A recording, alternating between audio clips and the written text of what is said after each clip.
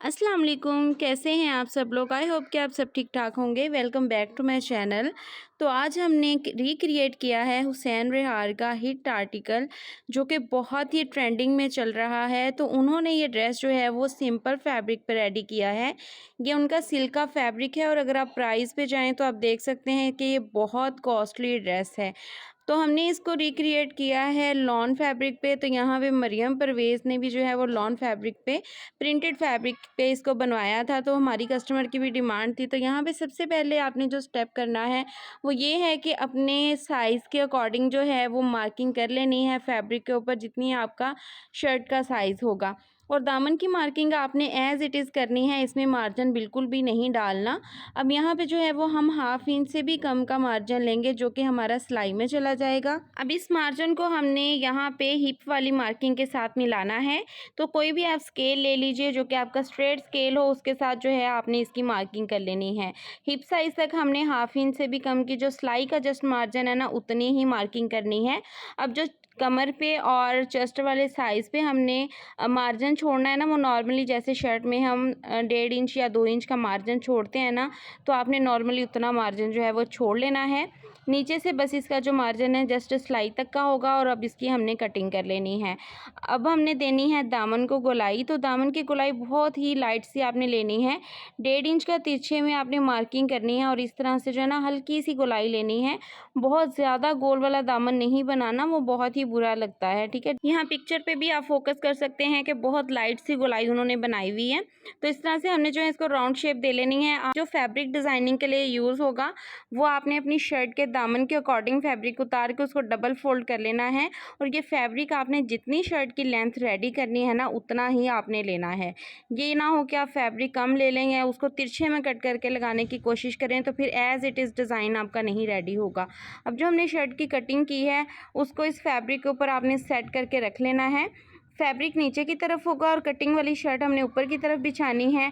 अब हमने यहाँ पे देखें मार्किंग करनी है आर्म होल के करीब, जहाँ तक हमारा डिज़ाइन जो है वो जाएगा। डिज़ाइन हमारा शुरू आर्म होल से, मिड से भी नीचे से होना है, ठीक है। मिड तक आपने इसको नहीं लेके जाना, मिड से भी थोड़ा सा नीचे से हमारा ये डिज़ाइन शुरू होना है। इस तरह मार्किंग करके हम तो इस मार्किंग को स्ट्रेट कर लेंगे। अब हमने यहाँ से देखें इसकी कटिंग करनी है। अगर मुझे ना समझाना आ रहा हो तो प्लीज़ आप वीडियो पे फोकस कीजिएगा कि मैंने कहाँ तक जो है ना वो इसकी कटिंग ली है, ठीक है। अब यहाँ पे हल्का सा हम कट लगा के इसको ऐसे ही छोड़ देंगे। अब हमने जो है ना ये साथ-साथ जो हमारा फैब्रिक है ना एक्स्ट्रा, उसको बिल्कुल शर्ट के अकॉर्डिंग कटिंग कर लेना है दामन तक, ठीक है। अब इसकी हमने कटिंग कर ली है। अब इस फैब्रिक पे हमने लगाना है कट। तो कट आपने जब लगाना है ना, ये जो चौक का हमारा निशान आ रहा है ना, जहाँ से हमारे स्लिट स्टार्ट होने हैं, इससे हाफ इंच ऊपर आपने एक और मार्किंग कर लेनी है। और यहाँ पे जो है ना आपने तिरछे में एक कट लगाना है। तो कट हमने जहाँ पे हमारी सिलाई लगनी है ना, उससे थोड़ा सा पीछे को रख के आपने लगाना है, बिल्कुल वहाँ तक आपने नहीं काट देना जहाँ पे हमारी सिलाई आनी है। तो इस तरह से सारे फैब्रिक पे ना, मतलब कि पर्पल वाले फैब्रिक पे भी कट लग गया और शर्ट वाले पे भी लग गया। अब इसको इस तरह से पलट के नीचे वाला फैब्रिक ऊपर की तरफ ले आएंगे और यहाँ पे हमने जो है ना फिटिंग के लिए मार्किंग कर लेनी। जितनी हमने शर्ट की फिटिंग रखनी है ना, उसकी हमने अगेन इस पे मार्किंग कर लेनी है और नीचे हमने जो सिलाई लगानी है ना, वहाँ पे हम मार्किंग कर लेंगे। अब यहाँ से देखें हमने जो फैब्रिक की चौड़ाई लेनी है ना डिज़ाइन के लिए, वो मैं 3 इंच इस पे ले रही हूँ। आप चौड़ाई अगर कम पसंद करते हैं तो कम ले लीजिए। अब यहाँ से देखें 3 इंच ले रही हूँ तो ये 2.5 रह जाएगा सिलने के बाद, क्योंकि हाफ इंच सिलाई में चला जाना है। 3 इंच पे मैं मार्किंग करती जाऊँगी और साथ साथ इसको शेप देती जाऊँगी। तो इस तरह दामन तक जो है ना आपने इसको शेप दे लेनी है। देन आपने इस फैब्रिक को जो है ना वो पकड़ के इस तरह से कटिंग कर लेनी है, ठीक है। तो कटिंग अब आपने यहाँ पे देख लेनी है कि ये देखें यहाँ तक मैंने कटिंग कर ली। उसके बाद गला बना लिया है।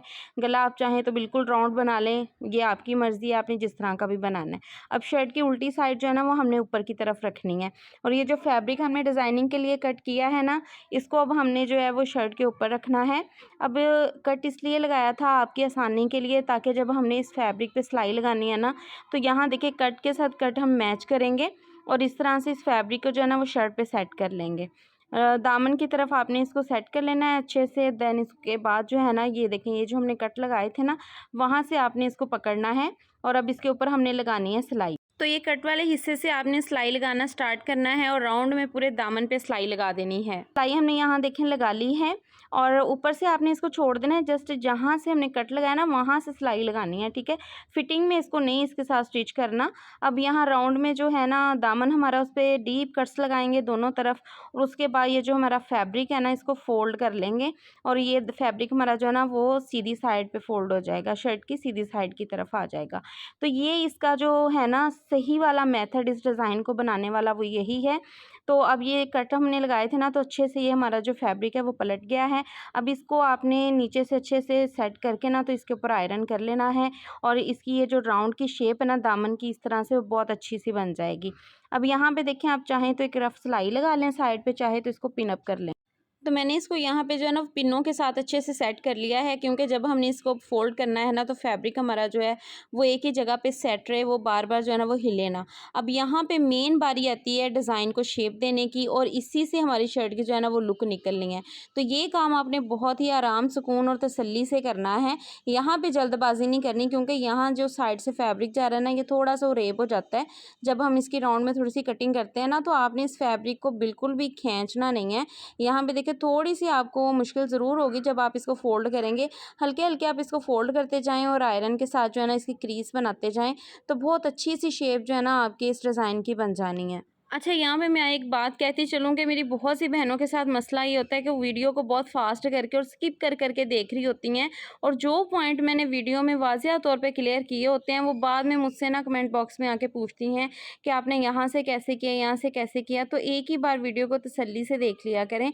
अब यहाँ पे जब हमने राउंड शेप जहाँ पे दामन की आ रही है ना, जब वहाँ पे आपने आना है ना तो आयरन आपने यहाँ से कैसे करना है उस चीज़ को आपने अब ध्यान से समझ लेना है, ठीक है। यहाँ पे आपने ना जब इसको राउंड में शेप देनी है तो जितना आपने ऊपर से फैब्रिक फोल्डिंग में लिया ना उतना ही यहाँ से भी लेना है और आयरन को जो है ना वो दामन से ऊपर की तरफ आपने चलाना है, नीचे की तरफ नहीं चलाना। इससे फिर आपका फैब्रिक जो है ना वो खुल जाना है। अब देखें, आयरन को मैं ऊपर की तरफ इस तरह से प्रेस कर रही हूँ, नीचे की तरफ फैब्रिक को नहीं लेके जाना और यहाँ से आपने खिंचाओ तो बिल्कुल भी फैब्रिक को नहीं डालना। बहुत अच्छी राउंड आपकी शेप बन जाएगी। यहाँ पे देखिए पहले मैं पिन लगा लेती हूँ। आपने क्या करना है कि जब आपने इसको राउंड शेप देनी है ना तो कट्स नहीं लगा देने राउंड में, ठीक है। इस चीज़ को आपने माइंड में रखना है। अब देखिए हमारी क्रीज जो है वो सारे राउंड में गोलाई बन गई है। अब इसके ऊपर हमने सिलाई लगा ली है, ठीक है। आपको बहुत आसानी से सिलाई जो है ना इसके ऊपर लग जाएगी। अब हमने जो है वो फ्रंट बैक दोनों जो पार्ट्स हैं ना हमारी शर्ट के, उनको आपस में मैच करके तो यहाँ पे लगानी है फिटिंग की सिलाई। तो फिटिंग की सिलाई जब आपने लगानी है ना तो यहाँ से देखें, जो जहाँ पे हमारे चौक स्टार्ट हो रहे थे ना वहाँ से आपने सिलाई लेके आनी है, ताकि आपके ये जो कट्स लगाए ना वो भी कवर हो जाएं और सिलाई को आपने स्टार्ट करते वक्त अच्छे से लॉक कर लेना है। सो फाइनली जी हमने इतना कॉस्टली वाला जो ड्रेस है वो घर पे आसानी से तैयार कर लिया है। ये मेरी कस्टमर का ड्रेस है और उनकी डिमांड थी जी मुझे इस तरह का जो है ना वो डिज़ाइन बना के दें।